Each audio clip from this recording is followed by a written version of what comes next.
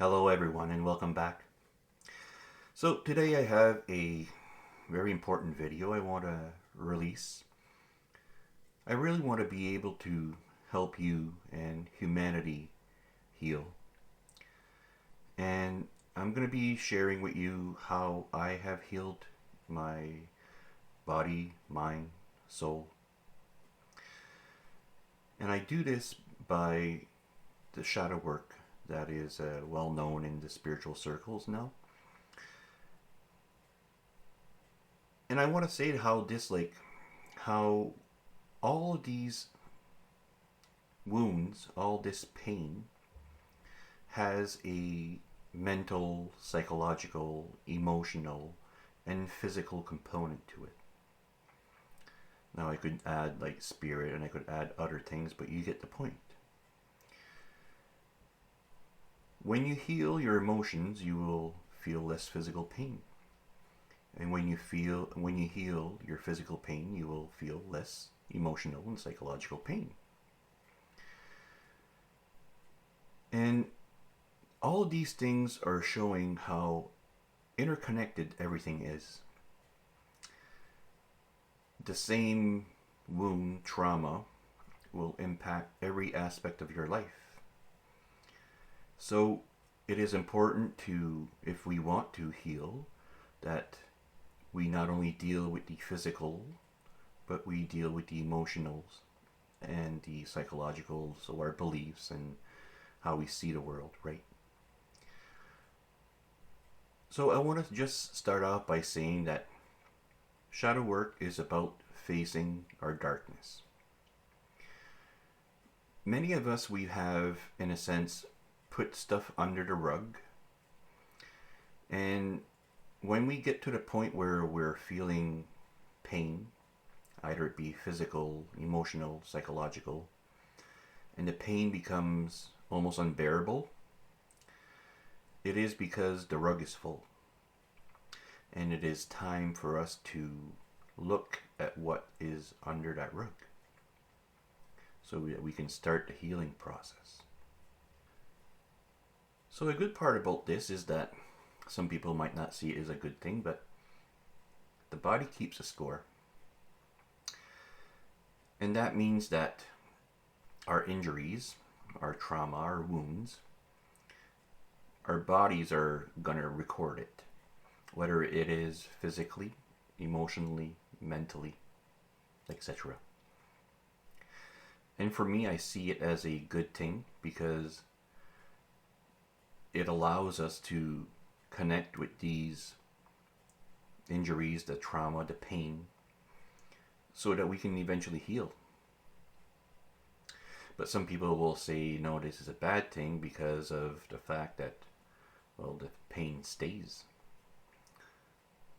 But it doesn't have to stay. If we eventually come face to face with that darkness that we have under the rug, and then we can move through the process, which I'm going to be explaining in a bit here, then we can free ourselves from the pain.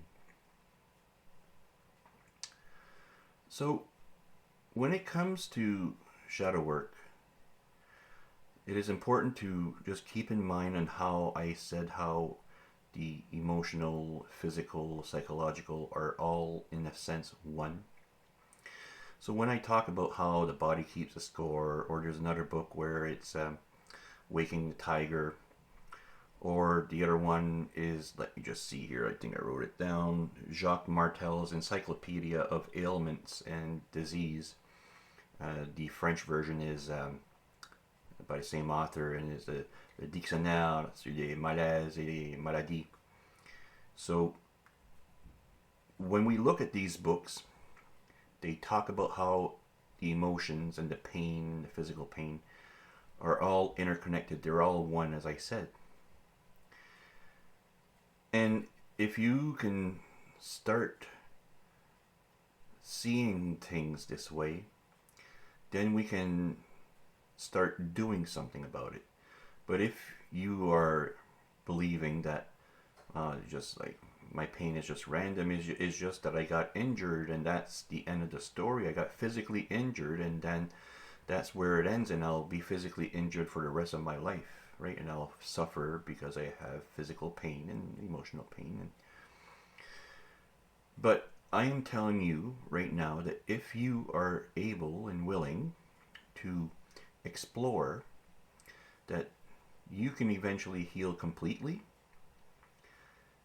And I'm not going to be saying some fairy tales here that one simple process of doing some shadow work will heal every single ailment. I'm not saying that whatsoever. But I'm saying that if we can go in and deal with the most severe pain, or the pain that we're, in a sense, sick and tired of being sick and tired of, if we can deal with that, then a big part of the pain will dissipate and be gone. And then eventually you will get to the point where you're going to say, oh, I feel great, and now this is all healed up. But then down the road you start noticing that there's still, let's say, in your shoulder, you dealt with some of that, the big part of the pain, but eventually you start saying, oh, my shoulder is still painful. And this is basically what I call residue healing that needs to be done. So there's certain things that we did not explore to first go about, and then we just need to go through the process again. Now, before I get started, I want to say, and I want people to understand the importance of this, do not force yourself to heal. If you are not ready to heal, don't engage in this process, because it's going to be basically wasting your time. But like I said, if you're sick and tired of being sick and tired, that's a good indication that you're ready to heal. Because you want something done, right? It's like basically if you are ill and then you say, oh no, I'm okay. But the day that you decide to go see the doctor is when you are finally ready to do something and actually heal. And it's the same case with this. When you're ready to heal, you'll heal. There's nothing that's going to come in your way. And I firmly believe that once that we are fully ready for something, that we will make it happen. And if it doesn't happen, then we are not fully ready, and that's okay, right? Like we don't get down on ourselves, and we don't punish ourselves because we're not ready. We're just not ready, right? It's just the way it is. So now I want to get started, and then I want to say that there are two ways to go about this. Well, more than two ways, but I'm just going to list it two different ways. You can go about, if you are ready to heal because you know that your knee is absolutely hurting and you're sick and tired of feeling that pain, then the process of connecting with your knee is basically quite simple. You connect with it and then you go forward with what I'm going to be talking about. But other times, we're not sure what is bothering us. And if we are unsure, then one thing that we can do is, in a sense, scan or be aware of what troubles us, what causes us pain and suffering. So let's say that you're not sure of what's going on and you want to do something about it. The way I go about it is that I focus on where I feel the most pain. So let's say that I feel the most physical pain in my knee, and then I connect with that pain. I feel that pain. I listen to what it has to say, and then I continue along with the process.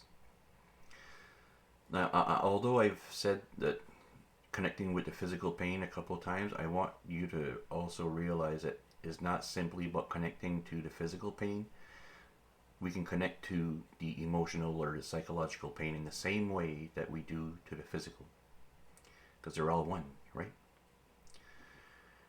So let's say that you don't have physical pain, but you have emotional pain. I'm going to switch to that because I want to give both examples.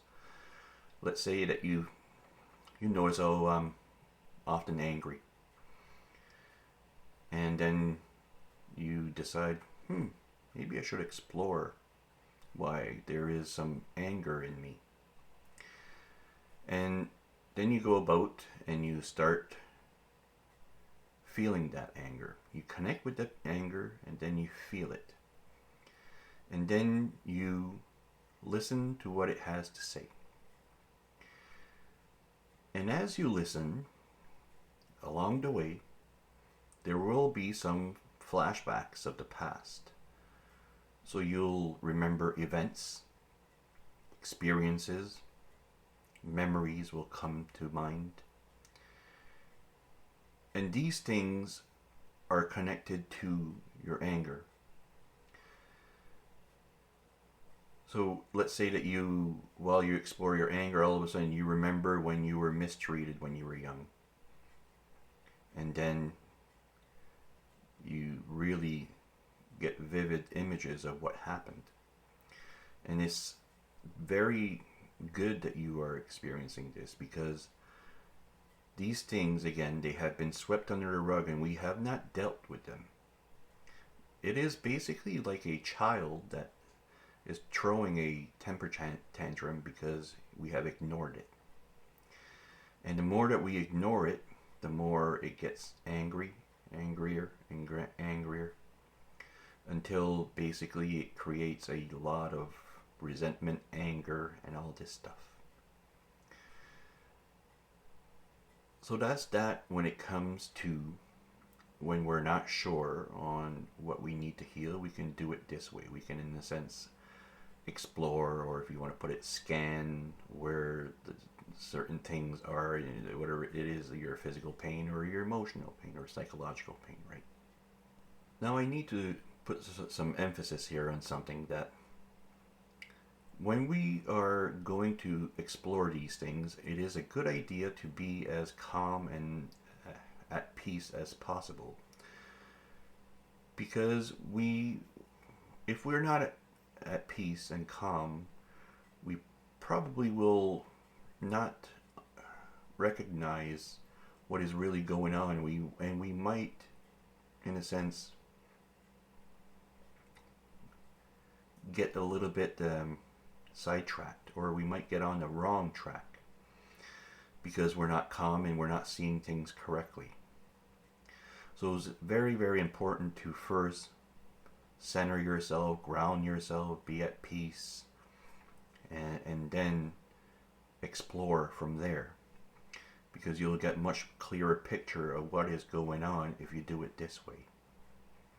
So if you're in a fit of anger and you decide to start exploring this, you're probably going to have a very negative outlook on it, and then it's going to take you down some wild road where it's almost like a wild goose chase.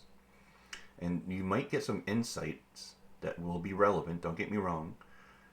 Because of the intensity, you might get some, again, events and memories and experiences flashing back. And that will give you some hints.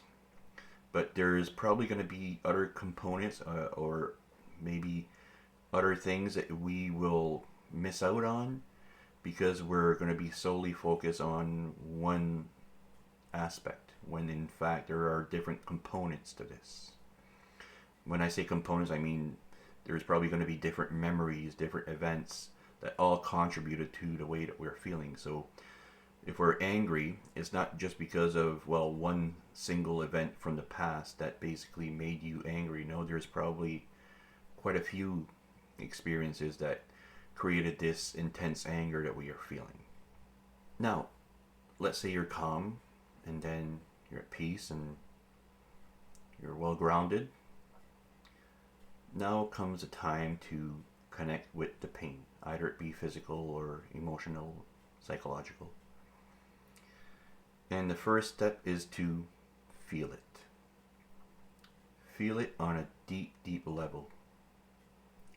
So we need to connect and feel that pain in whatever form it is. It might be anger, it might be frustration, it might be sadness, it might be jealousy, it might be guilt, resentment. You can go down the list, and fear is probably also a big part. There is I believe that fear is behind every single negative emotions that we feel. So just keep that in mind. But the key is to feel it as completely and fully as possible. So if you feel like crying because you're sad, cry. And I don't mean just like have a couple tears come down. No, there is some intensity behind this, and we need to feel it completely. And if there is anger, we need to feel that anger. If there is anxiety, we need to feel that anxiety fully and completely. So just like the child that is throwing the temper tantrum, we need to listen to what it has to say, because we have ignored it, right? And this is why we need to feel it. Feel it completely and fully. And once that we do, then we will start seeing some components again.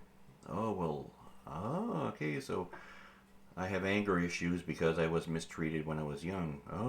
I have anger issues because I was left aside to fend for myself. I'm angry because of this, and I'm angry because of that. Or if it's sadness, then you'll start putting some puzzle pieces together. And once that you start putting these puzzle pieces together, you will see that there are things that we pushed aside, and we told ourselves that we'll deal with it eventually, like the same thing as putting stuff under the rug. But imagine it's like a chipmunk that is putting nuts different locations.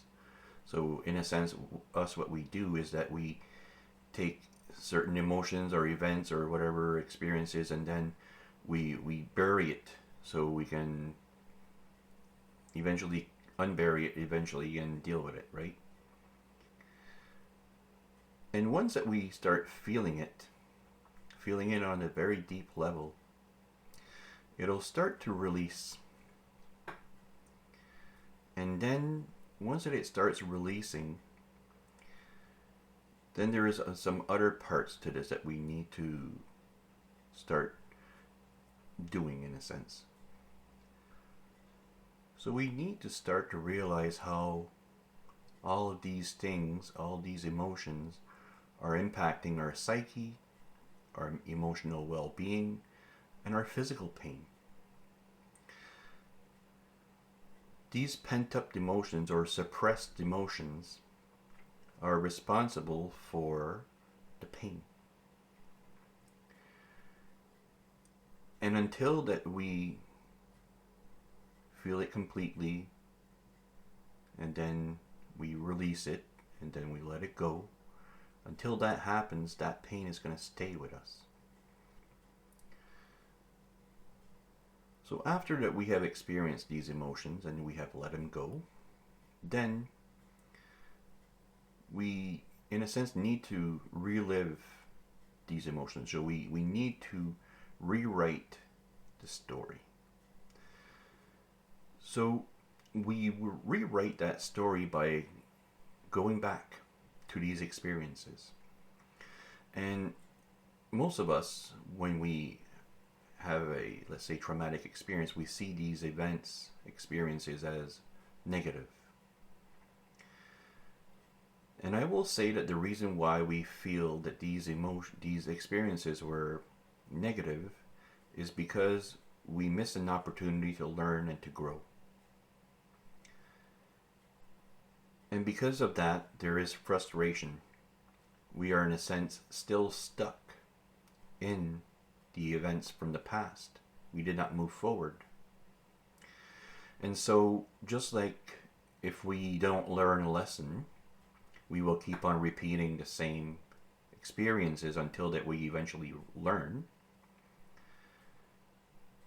The same thing is going on, that we have not learned from these lessons, and then we're stuck in the past. We haven't been able to learn and grow and move forward from these experiences because we see them as purely negative.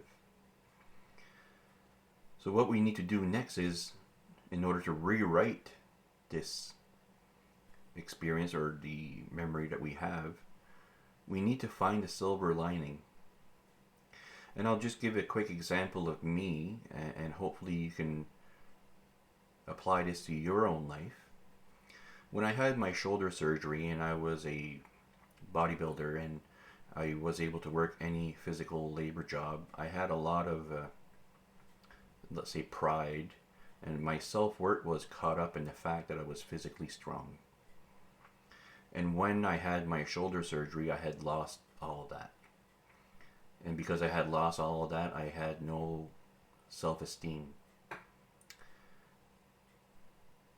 Well, for the longest time, I was seeing it as, well, life is taking away the things that I love to do. And I had a lot of anger. I had a lot of pain because of that. But when I look back, that shoulder surgery was a blessing in disguise, because the way I was going, I was beating myself. I was reckless in my workouts. I was abusing my body. And if I was, in a sense, allowed to continue to work out, that I would have beat myself to the ground. And I was doing that because I had no self-worth. So the shoulder surgery saved me from beating myself to the ground. And then it allowed me to find that I did have self-worth beside the fact that I was physically strong, that there was also other really valuable things in me, such as my heart, such as my soul, and how honest I am, how caring I am. So it forced me to look at other reasons why I had worth. Before that, I did not believe I had worth beside the fact that I was physically strong. So this injury, in a sense, saved me. So you see how, like, at first it was very negative, but then once that I looked back and I found the silver lining, I then was able to see, oh, there's a very good reason, very positive reason why this happened. So this is, as I said, is a blessing in disguise. A lot of these things are happening because it's trying to get our attention in a way. So when I started exploring my shoulder pain from the shoulder surgery, and I explored and I found what I just talked about, and how I had worth because of my heart and everything, the pain that I had in my shoulder was greatly reduced. And I found that very interesting, in how after I had gone through what I did, and then how my emotions were connected to the physical pain, as I said earlier. So it showed me there and how everything is interconnected. And when you heal one thing, you heal other things. And I think this is very important to keep in mind, because when we heal one aspect, we heal the other aspects. And when we heal ourselves, we heal others. And it's the saying that don't try to save the world, just heal yourself, and then the world will be healed. So once that we learn and grow, watch what happens after. Amazing things happen. And it really propels us on a deep level to connect spiritually. So when we heal, we really are removing self-imposed layers that prevent our spiritual connection from deepening. So when we do heal, that's when I say magic happens, and then you really start connecting very, very deeply And I don't think there's anything quite like that. When somebody experiences that, it is truly life changing. And this is why I'm doing what I'm doing, because of how the divine saved my life, in a sense. So once that we have done that process and we found that silver lining, and then we learn and we grow. The example I gave of my shoulder is a good example of this. Is that once that I at first healed, and then I was like, oh, my shoulder is so much, now it's pain free in a sense, right? But in a sense, it was not pain free. It was just like greatly reduced, and because it was greatly reduced, I thought it was pain free. Now, down the road, let's say 3, 4, 5 years after, then I started feeling some more pain, and I was like, oh, I thought this was all healed. And then I was like, oh. And then what happened is that I found that there was other components that I did not heal in my first go about. And then when I dug into this again, I found some other emotions and other experiences and beliefs. And once I went through it again, then again it healed again. And then it came back. And then I healed again. So there's residue healing that needs to be done. And again, the body keeps a score, so we don't really need to worry about it, because the body will talk to us and guide us. And all of this healing, what it does, it makes us whole. It makes us more complete. Because before, we had suppressed and pushed things aside and swept under the rug, and we hid things and we ignored things. And because of that, we were separated from certain things about ourselves. So the healing helps us to become whole. And for me, is one of the most important things when it comes to spirituality is to be whole, to be complete, to remove the self-imposed barriers that we put. So all these things are very, very important to our spiritual growth, if we are interested in growing spiritually. Or if you, for you, is not very important, all you're interested in maybe is to reduce your pain, and that's fine. But I think like the two of them will eventually go together. As you start feeling less pain, that you will start connecting more.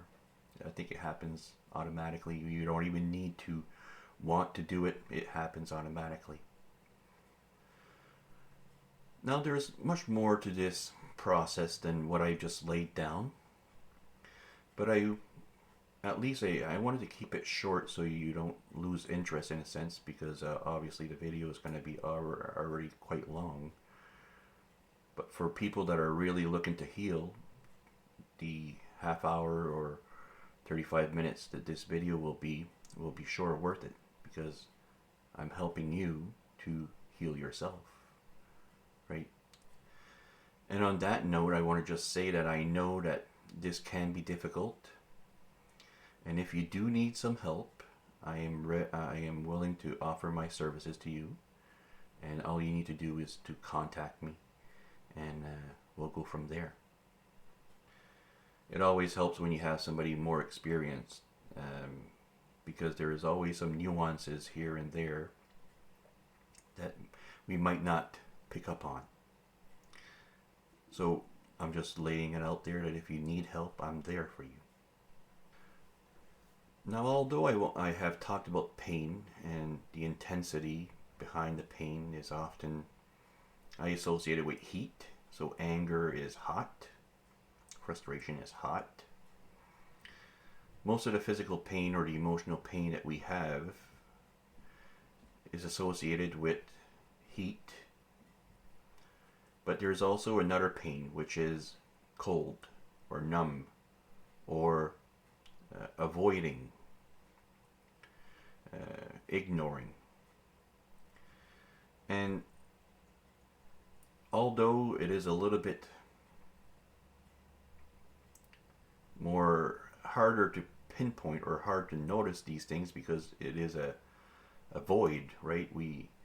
A void, a black hole is a void, but we avoid it, right? But behind that avoidance, ignorance, there is something that happened that it was so painful that we don't want to feel. And the same process of what I just laid down will go and work with if it's numbness or that void or the cold. That if we connect with the cold, the void, the ignorance that we have, then eventually it'll reveal its secrets to us. And then we can go through the whole process again of what I just laid down with the coldness, the void, that I just talked about. Now I'm hoping that you appreciate this, because this is how I have healed myself, and I want to offer this chance to people that are in pain to heal themselves. And again, now you have something to go on to heal yourself, where you don't need me, don't need anybody else. All you need is what's inside of you and who you are. But if you feel comfortable, if you don't feel comfortable, then contact me and I will gladly help you. I know how difficult this can be, and I want to be there for you as much as possible without creating an attachment or without creating a dependence. That's very important for me. You're able to do all this alone if you want. I did it, and you're no different than me. So if there's anybody that has any questions, comments, or maybe you want some clarification on something, or maybe you disagree with something, put it down in the comments and I will reply to anyone that has anything to say about this. And I'm hoping that you take it into your hands to start your healing her journey and becoming whole again and pain-free again, complete again. So I love you all. I wish you all the best. And until next time.